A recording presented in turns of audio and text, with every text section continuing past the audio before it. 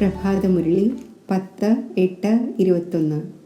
മധുരമായ കുട്ടികളെ, ബാബ വന്നിരിക്കുകയാണ് നിങ്ങളെ ഈ പാപത്തിൻ്റെ ലോകത്ത് നിന്നും മാറ്റി സ്വസ്ഥതയുടെ ലോകത്തിലേക്ക് കൊണ്ടുപോകുവാൻ. ബാബയിലൂടെ നിങ്ങൾക്ക് സുഖത്തിൻ്റെയും ശാന്തിയുടെയും 2 സമ്മാനങ്ങൾ ലഭിക്കുന്നു. ചോദ്യം: മുഴുവൻ ലോകത്തിലും സത്യമായ നൺസ് നിങ്ങളാണ്. സത്യമായ നൺസ് എന്ന് ആരെയാണ് പറയുക? ഉത്തരം: ആരുടെ ബുദ്ധിയിലാണോ ഒന്നിൻ്റെ ഓർമ്മയുള്ളത്, അതായത് നൺ ബട്ട് വൺ എന്നുള്ളത്, അവരാണ് സത്യമായ നൺസ്. അവർ സ്വയം നൺസ് എന്ന് പറഞ്ഞാലും അവരുടെ ബുദ്ധിയിൽ ഒരു ക്രൈസ്റ്റിൻ്റെ മാത്രം ഓർമ്മയല്ല, ക്രൈസ്റ്റിനെയും ദൈവത്തിൻ്റെ പുത്രൻ എന്നാണ് പറയുക. അവരുടെ ബുദ്ധിയിൽ 2 പേരുണ്ട്. നിങ്ങളുടെ ബുദ്ധിയിൽ ഒരു ബാബയാണ്. അതിനാൽ നിങ്ങളാണ് സത്യമായ നൺസ്. നിങ്ങൾക്ക് ബാബയുടെ ആജ്ഞയാണ് പവിത്രമായിരിക്കണം. ഗീതം: ഈ പാപത്തിൻ്റെ ലോകത്ത് നിന്നും. ഓം ശാന്തി. മധുരമായ ആത്മീയ കുട്ടികൾ ഗീതം കേട്ടു. ആരാണ് കേട്ടത്? ആത്മാക്കൾ. ആത്മാവിനെ പരമാത്മാവ് എന്ന് പറയാൻ സാധിക്കില്ല. മനുഷ്യനെ ഭഗവാൻ എന്ന് പറയാൻ കഴിയില്ല. ശരി, ഇപ്പോൾ നിങ്ങൾ ബ്രാഹ്മണരാണ്. ഇപ്പോൾ നിങ്ങളെ ദേവത എന്ന് പറയില്ല. ബ്രഹ്മാവിനെയും ദേവത എന്ന് പറയാൻ സാധിക്കില്ല. ബ്രഹ്മ ദേവതായ നമ, വിഷ്ണു ദേവതായ നമ എന്ന് പറയുന്നു. പക്ഷേ ബ്രഹ്മാവും വിഷ്ണുവും തമ്മിൽ വളരെ വ്യത്യാസമുണ്ട്. വിഷ്ണുവിനെ ദേവത എന്ന് പറയുന്നു. ബ്രഹ്മാവിനെ ദേവത എന്ന് പറയുവാൻ കഴിയില്ല. കാരണം അത് ബ്രാഹ്മണരുടെ പിതാവാണ്. ബ്രാഹ്മണരെ ദേവത എന്ന് പറയാൻ കഴിയില്ല. ഇപ്പോൾ ഈ കാര്യങ്ങൾ ഏതെങ്കിലും മനുഷ്യരെ മനസ്സിലാക്കിക്കാൻ സാധിക്കില്ല. ഭഗവാൻ തന്നെയാണ് മനസ്സിലാക്കിക്കുന്നത്. മനുഷ്യരാണെങ്കിൽ അന്ധവിശ്വാസത്താൽ എന്ത് തോന്നുന്നുവോ അത് പറയുന്നു. ഇപ്പോൾ കുട്ടികളായ നിങ്ങൾ മനസ്സിലാക്കുന്നുണ്ട്.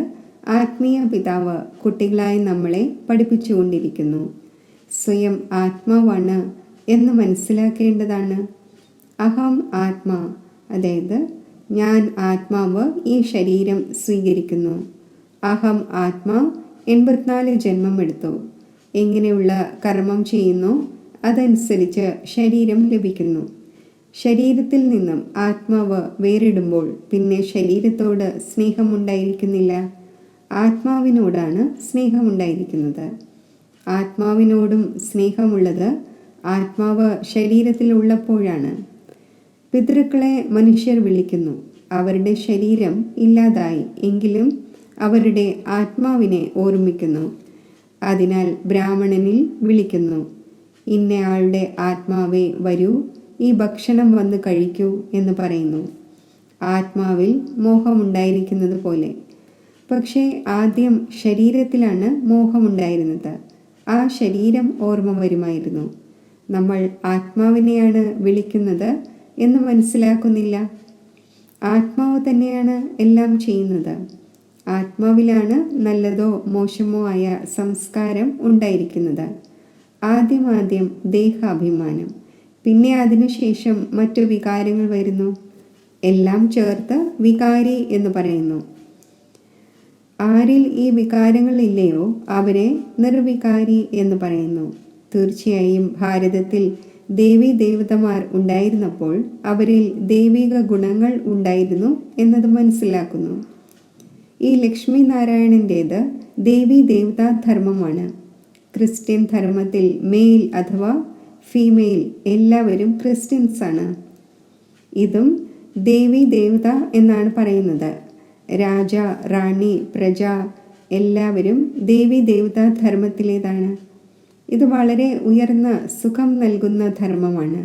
കുട്ടികൾ ഗീതവും കേട്ടു. ബാബ എവിടെയാണോ എനിക്ക് സ്വസ്ഥതയും ശാന്തിയും ഉണ്ടാകുന്നത് അങ്ങനെയുള്ള സ്ഥാനത്തേക്ക് കൊണ്ടുപോകൂ എന്ന് ആത്മാവാണ് പറഞ്ഞത്. അതാണ് സുഖധാമവും ശാന്തിധാമവും. ഇവിടെ വലിയ അസ്വസ്ഥതയാണ്. സത്യയുഗത്തിൽ അസ്വസ്ഥത ഉണ്ടായിരിക്കുന്നില്ല. ആത്മാവിനെ അറിയാം, ബാബയ്ക്കല്ലാതെ ആർക്കും സ്വസ്ഥതയുടെ ലോകത്തിലേക്ക് കൊണ്ടുപോകാൻ സാധിക്കില്ല. ബാബ പറയുന്നു, മുക്തിയും ജീവൻ മുക്തിയും, ഈ 2 സമ്മാനങ്ങൾ ഞാൻ കൽപ്പകൽപ്പങ്ങളിൽ കൊണ്ടുവരുന്നു. എന്നാൽ നിങ്ങൾ മറന്നു പോകുന്നു. ഡ്രാമയിൽ മറക്കുക തന്നെ വേണം. എല്ലാം മറന്നു പോകണം. അപ്പോഴാണ് ഞാൻ വരുന്നത്. ഇപ്പോൾ നിങ്ങൾ ബ്രാഹ്മണരായിരിക്കുന്നു. നിങ്ങൾക്ക് നിശ്ചയമുണ്ട്, നമ്മൾ 84 ജന്മങ്ങളെടുത്തു. ആരാണോ പൂർണ്ണമായും ജ്ഞാനമെടുക്കാത്തത് അവർ ആദ്യമേ പുതിയ ലോകത്തിലും വരില്ല. ത്രേതായിൽ അഥവാ ത്രേതായുടെ അന്തിമത്തിൽ വരും. മുഴുവൻ ആധാരവും പുരുഷാർത്ഥത്തിന്മേലാണ്. സത്യയുഗത്തിൽ സുഖമുണ്ടായിരുന്നു. ഈ ലക്ഷ്മി നാരായണന്റെ രാജ്യമുണ്ടായിരുന്നു. ശരി, ഇവരുടെ പൂർവജന്മത്തിൽ ഇവർ ആരായിരുന്നു? ആർക്കും അറിയില്ല. പൂർവജന്മത്തിൽ ഇവർ ബ്രാഹ്മണരായിരുന്നു. അതിനു മുമ്പേ ശൂദ്രരായിരുന്നു. വർണ്ണങ്ങളെക്കുറിച്ച് നിങ്ങൾക്ക് നല്ല രീതിയിൽ മനസ്സിലാക്കിച്ചു കൊടുക്കാൻ സാധിക്കും. ഇപ്പോൾ നിങ്ങൾ മനസ്സിലാക്കുന്നുണ്ട്, നമ്മൾ 21 ജന്മത്തേക്ക് സ്വസ്ഥത നേടും. ബാബ നമുക്ക് ആ വഴി പറഞ്ഞു തരുന്നു.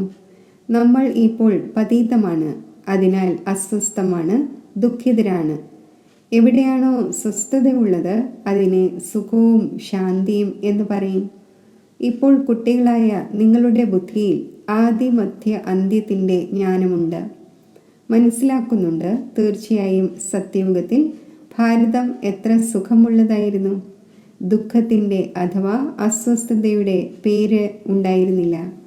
ഇപ്പോൾ നിങ്ങൾ പുരുഷാർത്ഥം ചെയ്യുന്നു സ്വർഗത്തിലേക്ക് പോകുന്നതിനായി. ഇപ്പോൾ നിങ്ങൾ ഈശ്വരീയ സമ്പ്രദായത്തിലേതായിരിക്കുന്നു. അവർ ആസുരീയ സമ്പ്രദായത്തിലേതാണ്. പാപാത്മാവ് എന്ന് പറയുന്നുണ്ടല്ലോ. ആത്മാക്കൾ അനേകമുണ്ട്, പരമാത്മാവ് ഒന്നാണ്. എല്ലാവരും ബ്രദേഴ്സാണ്. എല്ലാവരും പരമാത്മാവാവുക സാധ്യമല്ല. ഇതിൽ അല്പം പോലും കാര്യം മനുഷ്യരുടെ ബുദ്ധിയിലില്ല. ബാബ മനസ്സിലാക്കിച്ചു തന്നു, ഈ മുഴുവൻ ലോകവും വളരെ വലിയ ഒരു ദ്വീപാണ്. അവയാകട്ടെ ചെറിയ ചെറിയ ദ്വീപുകളാണ്. ഈ പരിധിയില്ലാത്ത ദ്വീപിൽ രാവണന്റെ രാജ്യമാണ്. ഈ കാര്യങ്ങൾ മനുഷ്യർ മനസ്സിലാക്കുന്നില്ല. അവരാണെങ്കിൽ കേവലം കഥകൾ കേൾപ്പിച്ചുകൊണ്ടിരിക്കുന്നു. കഥയെ ജ്ഞാനം എന്ന് പറയില്ല. അതിലൂടെ മനുഷ്യന് സദ്ഗതി നേടുവാൻ സാധിക്കില്ല. ജ്ഞാനത്തിലൂടെ സദ്ഗതി ലഭിക്കുന്നു. ജ്ഞാനം നൽകുന്നവനാണ് ഒരു ബാബ, രണ്ടാമതാരുമില്ല. ഭക്തരുടെ ഭഗവാൻ തന്നെ വന്ന് രക്ഷിക്കുന്നു. മനുഷ്യനെ രക്ഷിക്കുവാൻ സാധിക്കില്ല. ശിവബാബ എല്ലാ കുട്ടികൾക്കും സമ്പത്ത് നൽകുന്നു. അത് അച്ഛനുമാണ്, ശിക്ഷകനുമാണ്, സദ്ഗുരുവുമാണ്, വക്കീലും ബാരിസ്റ്ററുമാണ്. കാരണം യമദൂതന്മാരുടെ ശിക്ഷയിൽ നിന്നും മോചിപ്പിക്കുന്നവനാണ്. സത്യയുഗത്തിൽ ആരും ജയിലിലേക്ക് പോകുന്നില്ല. ബാബ എല്ലാവരെയും ജയിലിൽ നിന്നും മോചിപ്പിക്കുന്നു. കുട്ടികളുടെ സർവശ്രേഷ്ഠമായ എല്ലാ മനോകാമനകളും പൂർത്തിയാകുന്നു. രാവണനിലൂടെ അശുദ്ധ കാമനകൾ പൂർത്തിയാകുന്നു. ബാബയിലൂടെ ശുദ്ധ കാമനകൾ പൂർത്തിയാകുന്നു. ശുദ്ധ കാമനകൾ പൂർത്തിയാകുന്നതിലൂടെ നിങ്ങൾ സദാ സുഖമുള്ളവരാകുന്നു. അശുദ്ധ കാമനയാണ് പതീതവും വികാരിയും ആവുക എന്നത്. പാവനമായിരിക്കുന്നവരെ ബ്രഹ്മചാരി എന്ന് പറയുന്നു. നിങ്ങൾക്കും പവിത്രമായി ഇരിക്കേണ്ടതുണ്ട്. പവിത്രമായി പവിത്ര ലോകത്തിൻ്റെ അധികാരിയാകണം. പതീതത്തിൽ നിന്നും പാവനമാക്കുന്നത് ഒരേ ഒരു ബാബയാണ്. സാധു സന്യാസിമാരാണെങ്കിൽ വികാരത്തിലൂടെയാണ് ജനിക്കുന്നത്. ദേവതമാരെക്കുറിച്ച് ഇങ്ങനെ പറയില്ല. അവിടെ വികാരങ്ങൾ ഉണ്ടായിരിക്കുന്നതേയില്ല. അത് പാവന ലോകമാണ്. ലക്ഷ്മി നാരായണൻ സമ്പൂർണ്ണ നിർവികാരിയായിരുന്നു. ഭാരതം പവിത്രമായിരുന്നു. ഇത് ഇപ്പോൾ നിങ്ങൾ മനസ്സിലാക്കുന്നുണ്ട്. സത്യയുഗത്തിൽ പ്യൂരിറ്റി ഉണ്ടായിരുന്നു. അപ്പോൾ പീസും പ്രോസ്പെറിറ്റിയും ഉണ്ടായിരുന്നു. എല്ലാവരും സുഖമുള്ളവരായിരുന്നു. എപ്പോൾ മുതൽ രാവണരാജ്യമായോ അപ്പോൾ വീഴാൻ തുടങ്ങി. ഇപ്പോഴാണെങ്കിൽ ഒരു ഉപയോഗവും ഇല്ലാത്തതായിരിക്കുന്നു. പൂർണ്ണമായും കവടി തുല്യമായി. ഇപ്പോൾ വീണ്ടും ബാബയിലൂടെ വജ്രതുല്യമാകുന്നു. ഭാരതം സത്യയുഗമായിരുന്നപ്പോൾ വജ്രതുല്യമായിരുന്നു. ഇപ്പോഴാണെങ്കിൽ കൗടി തുല്യം പോലുമല്ല. തൻ്റെ ധർമ്മത്തെ തന്നെ ആർക്കും അറിയില്ല. പാപം ചെയ്തുകൊണ്ടിരിക്കുന്നു. അവിടെയാണെങ്കിൽ പാപത്തിൻ്റെ പേരില്ല. നിങ്ങൾ ദേവീ ദേവതാ ധർമ്മത്തിലെ പ്രശസ്തരാണ്. ദേവതമാരുടെ അനേകം ചിത്രങ്ങളുണ്ട്. മറ്റു ധർമ്മങ്ങളിൽ നോക്കിയാൽ ഒരേ ഒരു ചിത്രമാണ് ഉണ്ടായിരിക്കുന്നത്. ക്രിസ്ത്യൻസിൻ്റെ അടുക്കൽ ഒരേ ഒരു ക്രൈസ്റ്റിൻ്റെ ചിത്രമുണ്ടാകും. ബൗദ്ധരുടെ അടുക്കൽ ഒരേ ഒരു ബുദ്ധൻ്റെ. ക്രിസ്ത്യൻസ് ക്രൈസ്റ്റിനെ തന്നെയാണ് ഓർമ്മിക്കുന്നത്. അവരെ നൺസ് എന്ന് പറയുന്നു. നൺസ് എന്നാൽ ഒരു ക്രൈസ്റ്റ് അല്ലാതെ മറ്റാരുമില്ല. അതിനാൽ നൺ ബട്ട് വൺ ക്രൈസ്റ്റ് എന്ന് പറയുന്നു. ബ്രഹ്മചാരിയായി കഴിയുന്നു. നിങ്ങളും നൺസാണ്. നിങ്ങൾ തൻ്റെ ഗൃഹസ്ഥ വ്യവഹാരത്തിൽ ഇരിക്കവേ നൺസ് ആകുന്നു. ഒരേ ഒരു ബാബയെ ഓർമ്മിക്കുന്നു. None but one. ഒരു ശിവ് ബാബ, രണ്ടാമത് ആരുമില്ല. അവരുടെ ബുദ്ധിയിൽ പിന്നെയും 2 പേർ വരുന്നു. ക്രൈസ്റ്റിനെ കുറിച്ചും മനസ്സിലാക്കുന്നത് അത് ദൈവപുത്രനായിരുന്നു എന്നാണ്. എന്നാൽ അവർക്ക് ഗോഡിൻ്റെ നോളജ് ഇല്ല. കുട്ടികളായ നിങ്ങൾക്ക് നോളജ് ഉണ്ട്. മുഴുവൻ ലോകത്തിലും പരമാത്മാവിൻ്റെ നോളജുള്ള ആരുമില്ല. പരമാത്മാവ് എവിടെ വസിക്കുന്നു, എപ്പോൾ വരുന്നു, ആ ഒന്നിൻ്റെ എന്ത് പാർട്ടാണ് നടക്കുന്നത്, ഇതാരും അറിയുന്നില്ല. ഭഗവാനെ എല്ലാം അറിയുന്നവൻ എന്ന് പറയുന്നു. ആ ഒന്ന് നമ്മുടെ ഹൃദയത്തിലെ കാര്യങ്ങൾ അറിയുന്നു എന്ന് മനസ്സിലാക്കുന്നു. ബാബു പറയുന്നു, ഞാൻ അറിയുന്നില്ല, എനിക്കെന്ത് കാര്യമാണുള്ളത് ഇങ്ങനെ ഓരോരുത്തരുടെയും മനസ്സിനെ ഇരുന്ന് വായിക്കുവാനായി. ഞാൻ വന്നിരിക്കുന്നത് തന്നെ പതീതരെ പാവനമാക്കാനാണ്. അഥവാ ആരെങ്കിലും പവിത്രമായി ഇരിക്കുന്നില്ല, അസത്യം പറയുന്നു എങ്കിൽ സ്വയം തനിക്ക് നഷ്ടം വരുത്തും. ദേവതമാരുടെ സഭയിൽ അസുരൻ പോയി ഇരിക്കുമായിരുന്നു എന്ന് പാടപ്പെട്ടിട്ടുണ്ട്. അവിടെ അമൃത് വിതരണം ചെയ്യുമായിരുന്നു. ആരെങ്കിലും വികാരത്തിൽ പോയ ശേഷം ഒളിച്ചു വന്ന് ഇരിക്കുന്നുവെങ്കിൽ അവർ അസുരനായി. സ്വയമേ തന്നെ തൻ്റെ പദവി ഭ്രഷ്ടമാക്കും. ഓരോരുത്തർക്കും തൻ്റെ പുരുഷാർത്ഥം ചെയ്യേണ്ടതുണ്ട്. ഇല്ലെങ്കിൽ തൻ്റെ തന്നെ സത്യനാശം ചെയ്യുന്നു. ഇങ്ങനെയുള്ള ധാരാളം പേരുണ്ട്. അവർ ഒളിച്ചിരിക്കുന്നു. നമ്മൾ വികാരത്തിൽ പോകുന്നില്ല എന്ന് പറയുന്നു, എന്നാൽ വികാരത്തിൽ പോയിക്കൊണ്ടിരിക്കുന്നു. ഇത് സ്വയം തന്നെ ചതിക്കുന്നത് പോലെയാണ്. തൻ്റെ തന്നെ സത്യനാശം ചെയ്യുന്നു.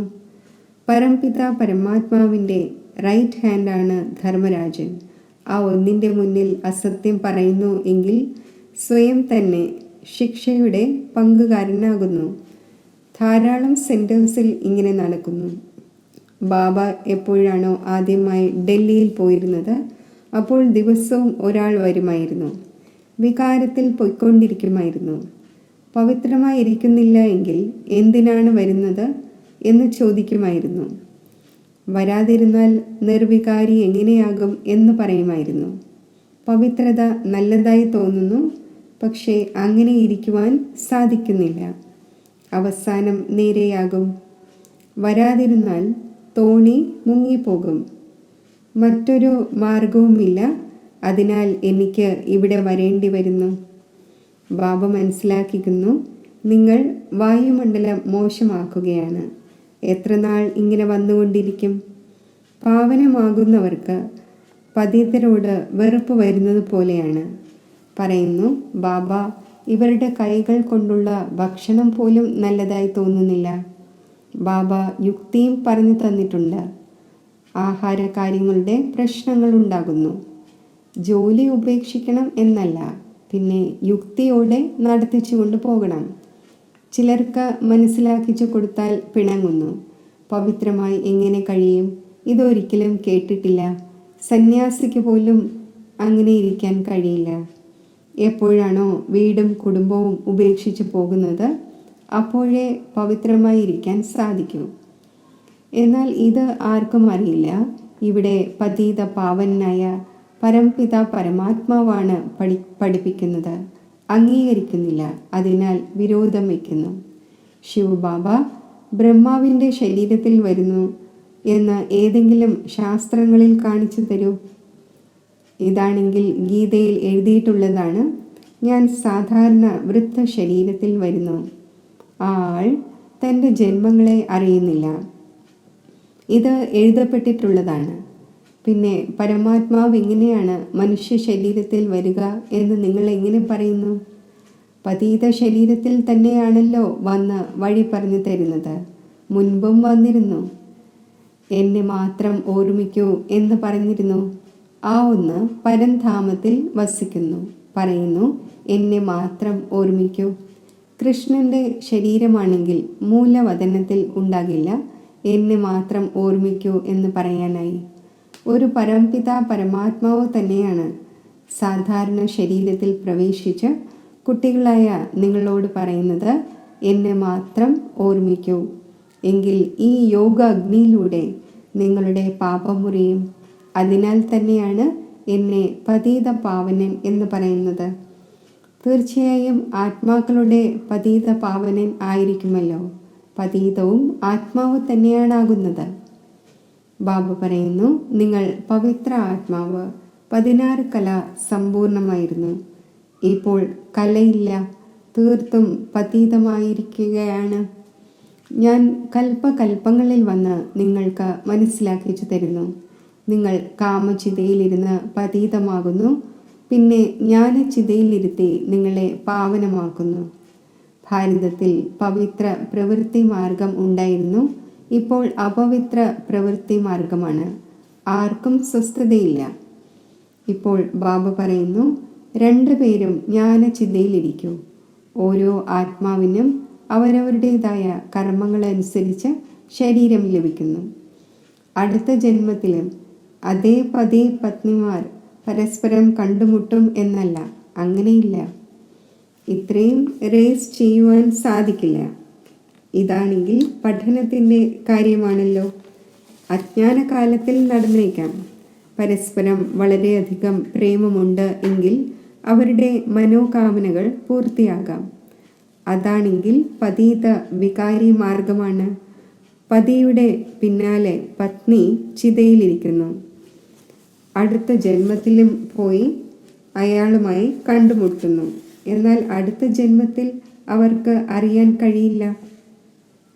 നിങ്ങളും ബാബയോടൊപ്പം ജ്ഞാനചിതയിൽ കയറുന്നു. ഈ മോശമായ ശരീരം ഉപേക്ഷിച്ച് പോകും. നിങ്ങൾക്ക് ഇത് ഇപ്പോൾ അറിയാം. അവർക്കാണെങ്കിൽ നമ്മൾ അടുത്ത ജന്മത്തിൽ, കഴിഞ്ഞ ജന്മത്തിൽ ഇങ്ങനെ ഒരുമിച്ചുള്ളവരായിരുന്നു എന്നറിയാൻ കഴിയില്ല. നിങ്ങൾക്കും പിന്നെ അവിടെ ഈ കാര്യങ്ങൾ ഓർമ്മയുണ്ടായിരിക്കില്ല. ഇപ്പോൾ നിങ്ങളുടെ ബുദ്ധിയിൽ എയിം ഓബ്ജക്റ്റ് ഉണ്ട്.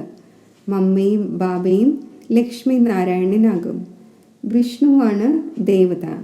പ്രജാപിത ബ്രഹ്മാവിനെ ദേവത എന്ന് പറയാൻ കഴിയില്ല. ബ്രഹ്മാവ് തന്നെ ദേവതയാകുന്നു. ബ്രഹ്മ സോ വിഷ്ണു, വിഷ്ണു സോ ബ്രഹ്മ എങ്ങനെയാകുന്നു? ഇത് ഇപ്പോൾ നിങ്ങൾ മനസ്സിലാക്കി.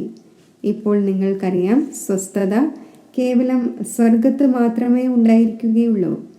ആരെങ്കിലും മരിക്കുകയാണെങ്കിൽ സ്വർഗത്ത് പോയി എന്ന് പറയുന്നു. അതായത് സ്വസ്ഥതയിലേക്ക് പോയി. അസ്വസ്ഥതയിൽ പതീതർ കഴിയുന്നു. ബാബ പിന്നെയും പറയുന്നു, സ്വയം ആത്മാവാണ് എന്ന് മനസ്സിലാക്കി ബാബയെ ഓർമ്മിക്കൂ.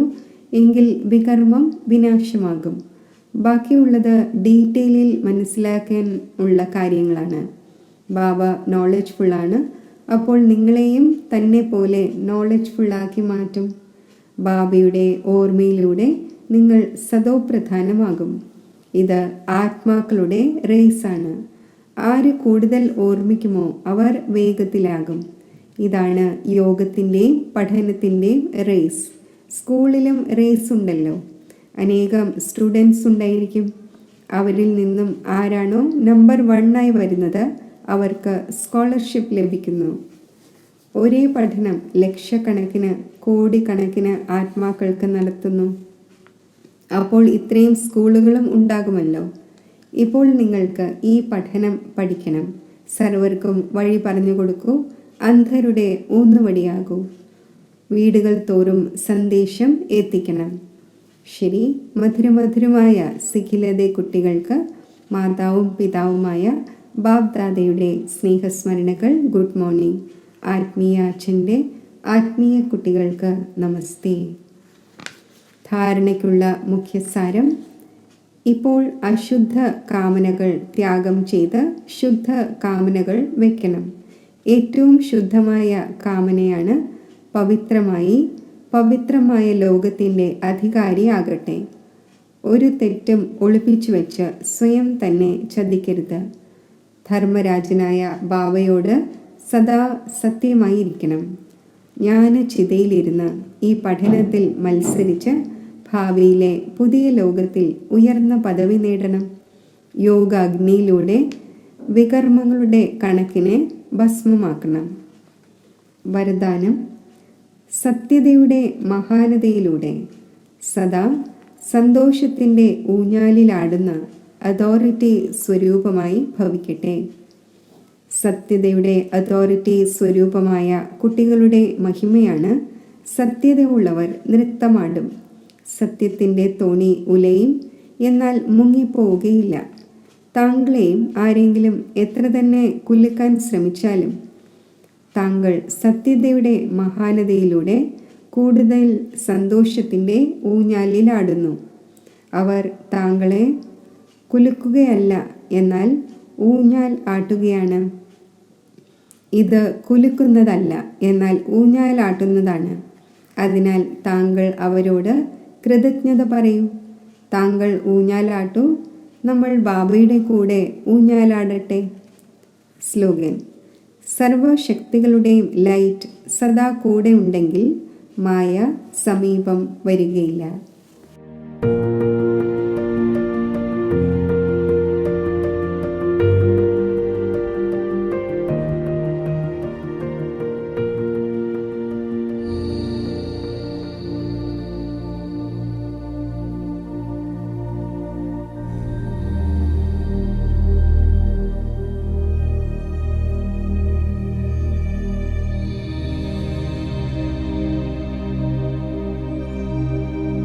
മനസ്സിൻ്റെ ഏകാഗ്രതയുടെ ശക്തിയിലൂടെ ഞാൻ ഈ ശബ്ദത്തിൻ്റെ ലോകത്തിൽ നിന്നും ഉപരി ആവുകയാണ്. അതിസൂക്ഷ്മ ജ്യോതിർബിന്ദു സ്വരൂപമായ ഞാൻ ആത്മാവ് ഒരു സെക്കൻഡിൽ ശബ്ദത്തിനുപരിയായ എൻ്റെ സ്വീറ്റ് സൈലൻസ് ഹോമിൽ എത്തിച്ചേരുകയാണ്.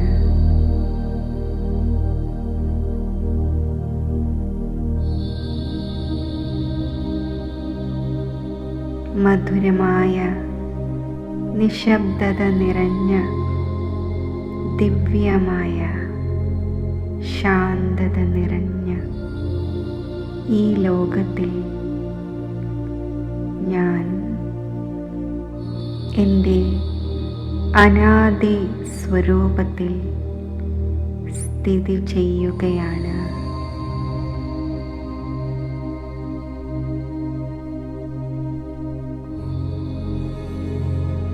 എൻ്റെ മാതാവും പിതാവുമായ ശിവപരമാത്മാവിൻ്റെ സമീപത്ത്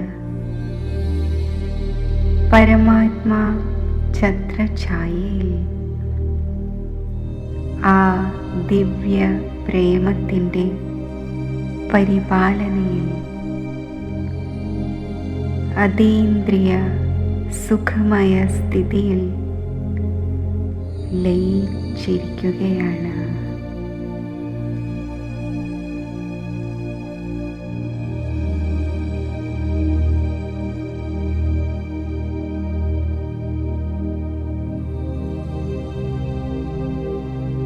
ഈ ദിവ്യ സ്നേഹത്തിൻ്റെ ഛത്രഛായയിൽ ഞാൻ സർവ വരദാനങ്ങൾ കൊണ്ടും സമ്പന്നമായി സന്തുഷ്ടമണി ആയിരിക്കുന്നു.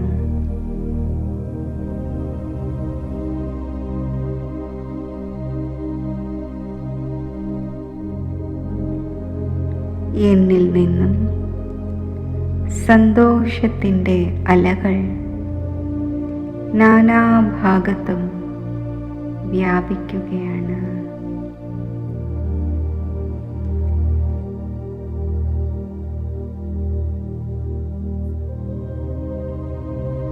ശബ്ദത്തിൻ്റെ ലോകത്തിൽ പല പല ചിന്തകളാൽ, പല പല വിഘ്നങ്ങളാൽ പരവശരായ ആത്മാക്കളിൽ ഈ സന്തുഷ്ടതയുടെ അലകൾ എത്തിച്ചേരട്ടെ.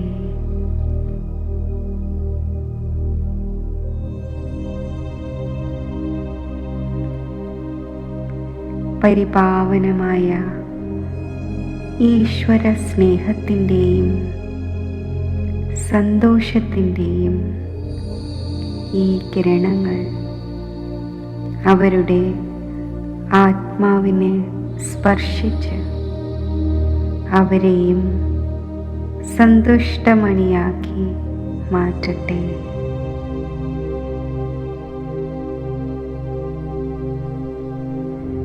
അവരിലെ ചിന്തകൾ അകന്നു പോകട്ടെ. പരമാത്മാ സ്നേഹസ്പർശം അവരിലും ഈശ്വരീയ സ്നേഹത്തിൻ്റെ ദിവ്യ അനുഭവം വരുത്തട്ടെ.